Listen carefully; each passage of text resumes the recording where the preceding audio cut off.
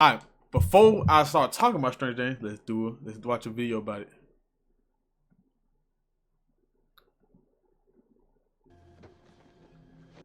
Let me see where it is.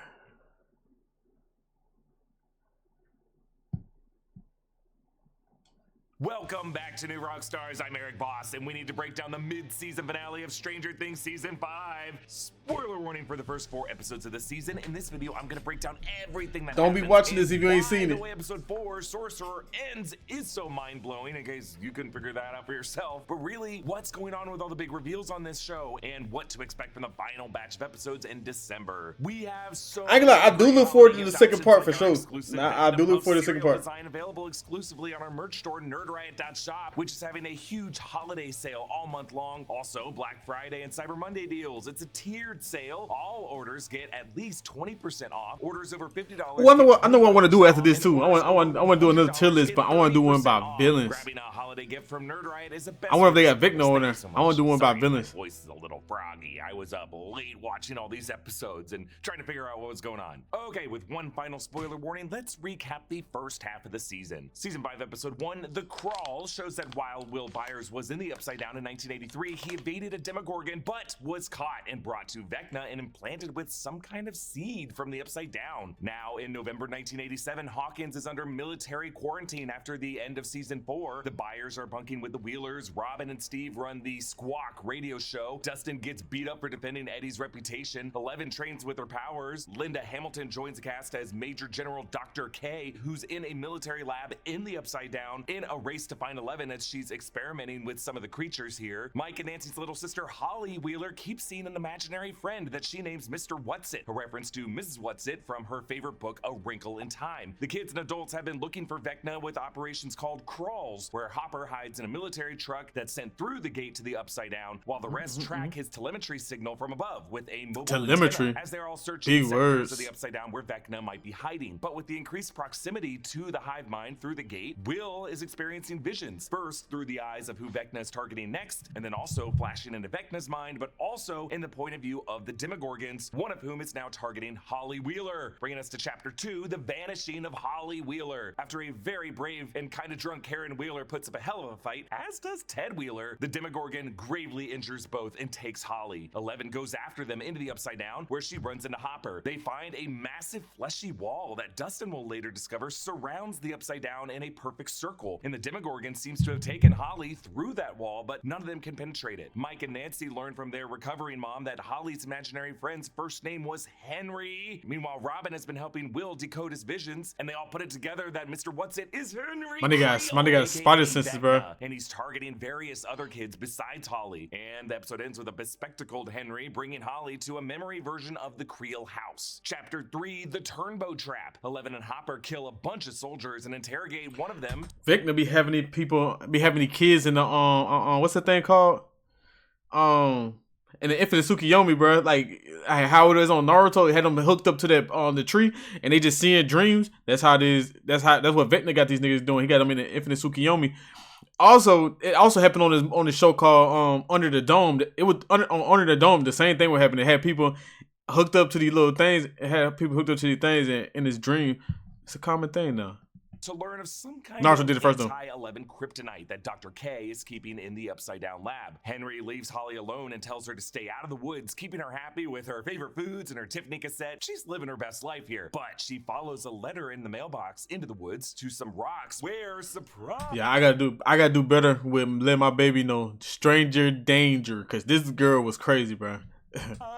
Max is alive, at least within this prison mindscape. The group uses Vecna's next target, a bully named Derek Turnbow, as bait in an elaborate trap in the Turnbow house in the hopes of sticking a Demogorgon with a tracker to follow it to Vecna. But it goes awry when Derek wakes up and the Demogorgon redirects to the barn where they're keeping him. Chapter 4, Sorcerer. The Demogorgon attacks, but Joyce is able to fight it off just long enough, and it seems Will now has some These Demogorgons were extra OP in this season. Like, had he always been like this? I don't remember them being this OP. This nigga was on one. They were super aggressive. Control over it and experiences the most pervasive vision he's had. Like I don't remember these Demogorgons being this like intimidating. Open by the Demogorgon drive. And Sick Wickedy rips into reality, bro. Orders all the kids in Hawkins ages 9 to 10 to be taken to a holding area as bait, thinking 11 is the one targeting the kids. The group plots to free the 8 kids among this group that Vecna is actually targeting by sending in Derek as their inside man as they would burrow up through the tunnels beneath. Will's visions, though, have shown him Vecna's central hive with these fleshy spires where Holly and 3 others are currently attached. 11 and Hopper break into the Upside Down lab, overpower Dr. K and Akers, and access the central vault where the secret weapon is 10. Holly. 8. The other runaway test subject whom 11 met in Chicago in the forgotten season 2 episode. Holly learns from Max after she briefly died and was put in a coma, just found herself within Henry Creel's memories, from the Rainbow Room with all the dead kids and lab workers to Henry's high school days in 1959, a part of the backstory with teenage Henry Creel and teenage drama club geek Joyce that's explored in the play Stranger Things: The First Shadow. And then after hearing Kate Bush's Running Up the Hill, was able to break free of that memory loop and found herself in this wooded canyon area that's another Henry memory, and something happened in these caves that makes Henry terrified to go into them. And that's where Max lives now. During the kid rescue, Robin and Will bond over Robin's new girlfriend and how Robin knew she liked her back in an era when gay people couldn't really freely talk about their feelings. And Robin senses Will testing the waters with Mike, getting nothing back. So Robin reassures Will that once she realized that she had all of her own answers and didn't need them from other people, that empowered her so that she— Bruh, my nigga not gay, bro. He fucking with 11. What make you think you got a chance, no man? The hell he? Felt like she could fly. So when the rescue mission goes awry and Demogorgons attack, the group all gets split up. There's a massive massacre of soldiers and an incredible oneer at one point. But one Demogorgon is burned and Will convulses in pain, connecting with that hive mind. So the hive mind is all briefly paralyzed. Here's where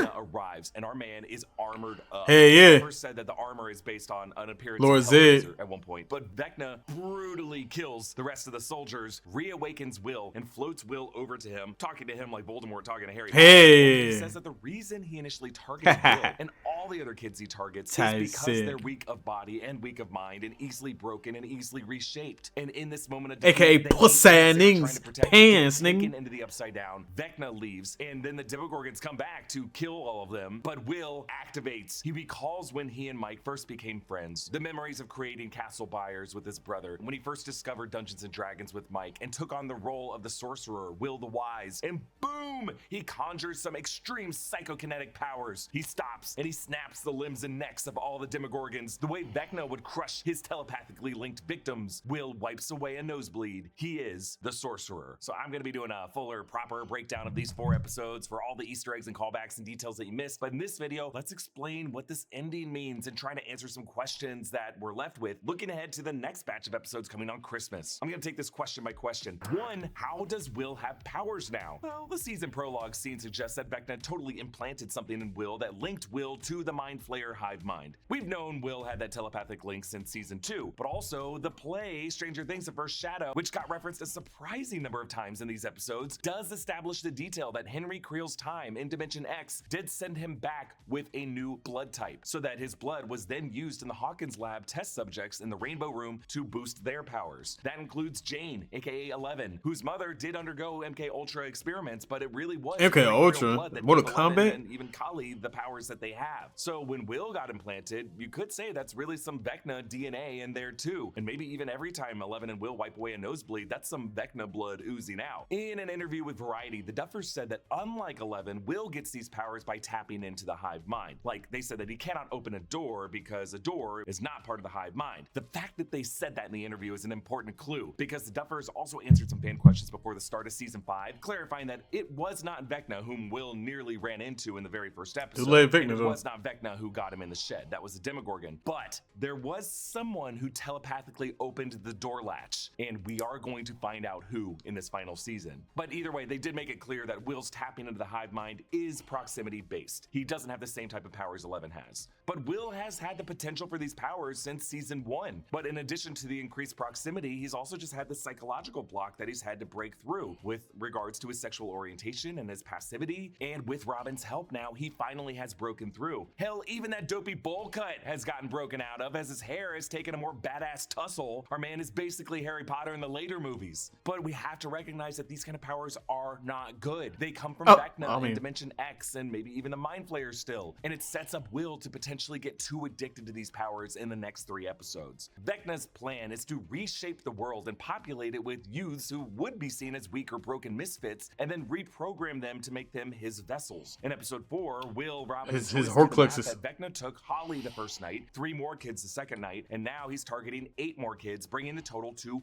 12 on the anniversary of Will Byers' vanishing in 1983. Why 12? Well, maybe Vecna sees himself as a Christ figure and wants his 12 apostles to evangelize and remake the world according to his orthodoxy. Vecna tells Will, Lightning be fucking niggas up. He got did the same way Palpatine got did. Simply do not belong in this world.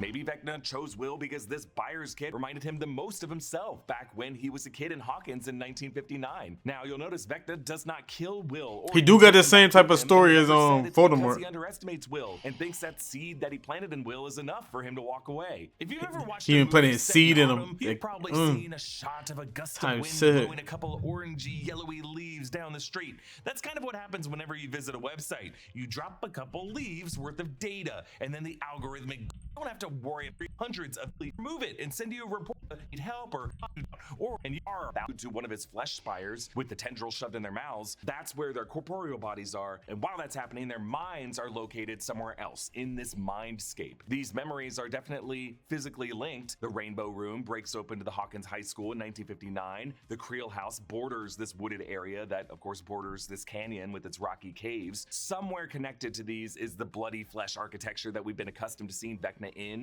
season 4, and somewhere in that is the central hive with the 12 spires that Will saw flashes of in visions, where it looks like some big teeth are poking out of the flesh. We haven't seen this location in any of the trailers, and I think it's gonna look gnarly when we see it. Now, when talking with Variety, the Dubbers compared Henry's mindscape to the J-Lo movie The Cell, and how in that movie they enter the mind of a serial killer. Now, to be clear, Vecna does not possess Max's body. Remember, Max was part of the earlier phase of Vecna's plan to kill 4 people in 1986 to open a series of gates, and Max's death was the 4th and final gate that opened the rift that intersected at the Hawkins Library. But 11 was able to restore Max's body enough so that she would now be in a coma. But I suppose because she's in a coma, her mind was just kind of left as a drifting consciousness within Vecna's psyche, which could make her mind kind of a bacteria or a virus within his mind that he cannot really control. So if you think about it that way, Max could be the ultimate key to defeating Vecna. So if they do defeat Vecna, does Max stay dead then? Like, she technically did, so does she stay dead after they beat Vecna? At least from the inside. Holly compared this setting to Camazotz, which is a dark planet from Madalena L'Engle's A Wrinkle in Time, the place where Meg's father was taken, the planet controlled by it, the gigantic brain-shaped being. A theory that I have is that maybe part of Vecna's MO is to target kids who escape into fictional Elseworlds. We had D&D, and now we even have A Wrinkle in Time. And even Derek seems to be part of that, because despite his limited vocabulary and asshole behavior, he did have quite a few games in his bedroom and was pretty religiously playing Ghosts and Goblins on Nintendo, and was very intently staring at a figurine representing a Tesseract, aka a Hypercube, which is a hypothetical 4th dimensional cube that the human mind cannot comprehend. And also a Tesseract is the means through which characters in A Wrinkle in Time time travel using a wrinkle to fold space. I mean, it hasn't really come up yet, but isn't it possible that out of 73 kids in Hawkins in 1987, 12 of them are big fans of A Wrinkle in Time? And maybe even Derek is as well, if he's looking at the Tesseract and also had the name Mr. What's-It for Henry Creel. So I just don't think it's a coincidence that Henry Creel's forms reflect these creatures and settings and characters from the lore these kids consume. Like, he literally says he learned from Will. Anyway, episode 6 of the season will be called Escape from Camazotz, and that's the episode directed by Sean Levy, so Holly and Max are probably gonna get out. Question 3, what happened to Henry in the cave? This is a detail directly from the play, Stranger Things: The First Shadow, and part of me thinks Netflix might have even structured the season this way so that these details would come out on Thanksgiving, and now people visiting New York and London during the holidays will feel like they have to see the play. Hey, if you can see the play, if you can afford it, go for it. It's a pretty cool production, but I feel like New Rockstars now has to do a full breakdown of that. Yeah, but I want to see this play. I want to see this shit. They got it on YouTube. I want to see this shit. Recap video. You can watch that for now. But to spoil part of it here, in Act 2 of the play, you learn how Dr. Brenner established the Nevada experiment to figure out what happened to his father on the USS Eldridge. Yeah, the USS Eldridge is subject to the real-world Philadelphia experiment conspiracy theory from 1943. We learn in this context continuity that the Eldridge was actually transported to Dimension X, where its captain, Brenner's father, was the only survivor. So when Dr. Brenner set up the Nevada experiment, one of his scientists defected and stole some key technology and hid it inside of a Nevada cave. At this time, the Creel family was living nearby in Rachel, Nevada, and while exploring these Nevadan caves with this spyglass, young Henry stumbled upon this technology, it activated, and it transported him and the scientist to Dimension X, where Henry was for 12 hours and was first exposed to the shadowy entity. That traumatic experience led to Henry I want to see this. those caves just a wholly changed person. Are they gonna put this into Netflix for him, or are they gonna keep it as a play? The spyglass that Holly finds among Henry's Boy Scout gear in episode 3 is all about. In the Creel family photo, it seems like a family visit to that rocky area. These are the caves that Max now lives in, and the caves that Henry is terrified to go into, because it was where he lost his innocence. It was his first traumatic experience that led him down the dark path he's now on. To Variety, the Duffers said that the final episode will have even more overlap with the play, and the assumption that the play leaves us with that the Mind Flayer is ultimately the big bad shadowy entity that seduces Henry and transforms him into Vecna. The Duffers have said that the final episode will give some more definitive answers on that hierarchy. Question 4, what is Dr. K using Kali 8 for? Hopper and Eleven's assumption was that this vault contained some kryptonite that Dr. K's forces planned to use against Eleven, but I think that was just their assumption. The government must have found Kali in Chicago sometime after the events of the season 2 episode, The Lost Daughter, which isn't surprising considering how loud and terroristic those runaways were being. If you recall, Kali's powers all have to do with perception, a psychic ability to cause people to mentally hallucinate experiences that are not actually present. Maybe Dr. K sees Kali as a psychic antidote to Eleven, someone who can paralyze Eleven into thinking her loved ones are getting hurt. Or since Dr. K is often poking and prodding on the fleshy flora of the Upside Down, maybe she's trying to see what's quirky about all of these test subjects' blood and how it connects back to Henry Creel. But ultimately, I think Kali's ability to cast hallucinations is going to be another way they fight Vecna. Like, she could get in his head and make him hallucinate things that trigger him, like conjuring the vision of Patty Newby, his youth love interest from the play. Don't worry, I'm going to get into all the play stuff in my play breakdown. But perhaps related to that question, 5. When did all the play stuff even happen? Surrounds the Upside Down. Bro, I knew it was that Indian girl because no way they got Vecna. Yeah, I didn't know it was the Indian girl. I didn't know what it was, to be honest. Relatively recent buffer dimension that was created as kind of a. Ain't no way they got. You said ain't no way they got Vecna capture. Created by 11 with Dr. in the lab that night. Whatever the wall is, it must be an extension of that logic. Vecna got child captured. That this season will answer what created the wall. Now, Dustin was able to do some quick trigonometry to determine that the wall is an exact circle around the Upside Down, and that its midpoint is the Upside Down version. I just realized I ain't got the channel screen. I gotta figure out how to put that back up there. The wall, 11 tried psychokinetically splitting it. Steve rammed his car into it. This wall is made out of some thick, resilient, fleshy material that immediately heals whenever it's damaged. 11 also noted how Akers peed on the wall, and that urine seemed to have some kind of reaction on the material. I do recall a trailer shot that showed an energy blast exploding from the top of the Upside Down version of the lab and spreading like a wave across the Upside Down before it hits the wall. Holly's boot was left at the base of it, so presumably the Demogorgon dragging her took her through that wall to the Henry Creel mindscape setting that Holly and Max are in now, but it also seems like Vecna just has full access to the Upside Down and whatever is beyond it. I don't know, maybe the Upside Down is kind of like a cancerous tumor within Henry Creel's brain, and when 11 created it that night, she basically gave Vecna a death sentence so that he would need to find these vessels to carry out his legacy in. Final question, how will this end? Based on the clues dropped in these 4 episodes, I think we just gotta ask the question, are they gonna do some time travel? I mean, we had the middle school science teacher, Mr. Clark, back this season, lecturing Erica's class about Einstein-Rosen bridges, aka wormholes, and he even postulated in that sneaky off-camera line could theoretically allow for time travel. Just think of all the places mankind could go. Another galaxy, another time even. And there's, of course, the major source material of A Wrinkle in Time and how time dilation is a big part of that story, and how Holly, her mind primed by that, just jumped to the conclusion that Max time traveled when Max said that she was in the 1959 memory. The way Max could walk through that memory, you could argue, is a form of memory time travel. Like, if you can get Kali to walk through those memories, who knows what she could trick Henry Creel into thinking was part of his backstory. There's Robin tricking Joyce into thinking they were fixing something called a flux capacitor. Great Scott! How long has that light been red? Oh, I don't know. Shit. The flux capacitor's down again. Of course, the tech from Back to the Future that makes time travel possible. The flux capacitor. And it recalls the hilarious logical unpacking of the Back to the Future movie that Robin and Steve did in season 3. I'm pretty sure that mom was ready as fuck. paying her son. Wait, the hot chick was out to be Keaton's mom? Yeah, I'm pretty sure. But they're the same age. No, but he went back in time.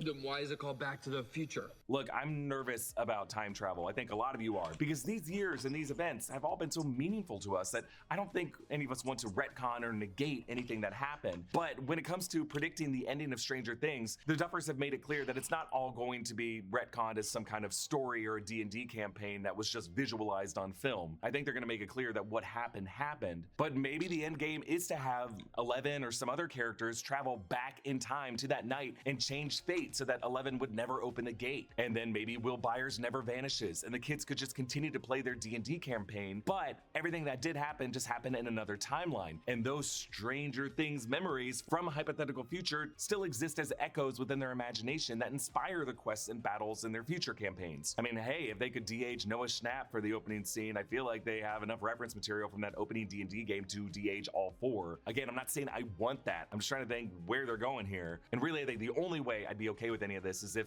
Hopper's daughter Sarah is alive in this timeline. So again, our episode by episode Easter egg breakdown will be coming to the channel early next week. Thanks for your patience. Netflix dropped all these on a holiday, and even make this video, in addition to destroying my vocal cords, is also delaying my turkey. So if they was to change all that shit, then how is Eleven gonna be back with her family, or she's still gonna be in that little place? Then still getting tested on if all that she don't ever create that place.